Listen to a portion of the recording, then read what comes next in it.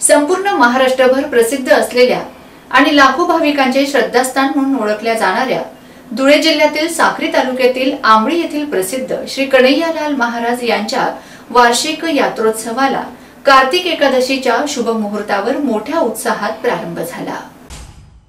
यात्रोत्सवासाठी लाखो भाविक दाखल झाले असून श्री कन्हैयालाल महाराज यांच्या दर्शनासाठी पहाटेपासूनच मंदिरात भाविकांच्या लांबच लांब रांगा लागल्या होत्या। पुरातन दगडी बांधकाम असलेल्या या मंदिरातील विष्णू भगवान यांची मूर्ती अखंड पाषाणाची आहे। या मूर्तीच्या बिंबीतून सतत पाणी पाझरत असते अशी आख्यायिका आहे, ज्यामुळे या मंदिराला मोठे महत्त्व प्राप्त झाले आहे। यात्रोत्सवानिमित्त मंदिराला आकर्षक विद्युत रोषणाई करण्यात आली असून मंदिर व्यवस्थापनाने भाविकांच्या सोयीसाठी मंदिर 24 तास खुले ठेवले आहे। यात्रेत हॉटेल्स, पूजा साहित्य, खेळणी, संसारोपयोगी वस्तूंची दुकानं आणि गगनचुंबी पाळणे हे थाटून व्यावसायिक दाखल झाले आहेत, ज्यामुळे या काळात कोट्यावधी रुपयांची उलाढाल झाली। यात्रोत्सवामुळे गावात चैतन्याचे वातावरण निर्माण झाले आहे।